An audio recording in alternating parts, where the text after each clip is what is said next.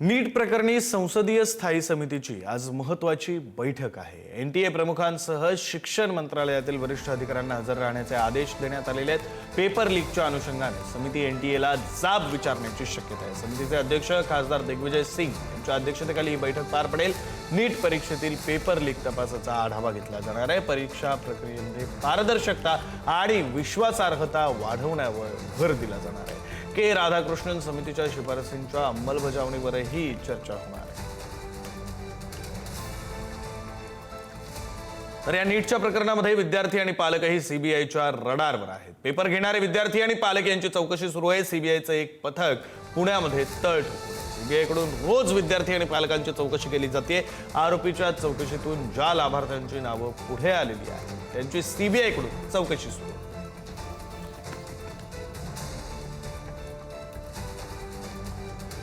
नीट प्रकरणातील आरोपींची आर्थिक कोंडी सुद्धा केली जाणार आहे। सीबीआय आणि ईडी कडून संपत्तीची चौकशी सुरू आहे। आरोपींच्या मालमत्तेची माहिती नोंदणी आणि मुद्रांक शुल्क विभागाकडून मागवण्यात आलेली आहे। सीबीआय कडून आरोपींच्या मालमत्तेची माहिती जमा करण्याचं काम सुरू आहे। तर आरोपींच्या नावावर कुठं आणि किती स्थावर मालमत्ता याची माहिती घेतली जाते।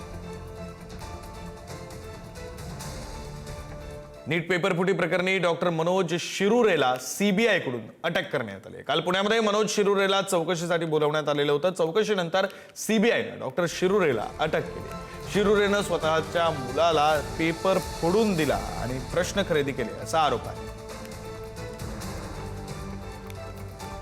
याच नीट पेपरफुटी प्रकरणातील आरोपी शुभम खैरनारला 5 दिवसांची सीबीआय कोठडी सुनावण्यात आली। शुभम खैरनारकडे मिळालेल्या काही इलेक्ट्रॉनिक उपकरणांची तपासणी करायची असल्याची माहिती सीबीआयने दिली आणि त्याचप्रमाणे महाराष्ट्रातील इतर आरोपी आणि शुभम खैरनारला समोरासमोर बसवून त्याची चौकशी करायची असल्याची माहिती सुद्धा सीबीआयने कोर्टाला दिली होती आणि त्यानंतर त्याला 5 दिवसांची सीबीआय कोठडी सुनावण्यात आली।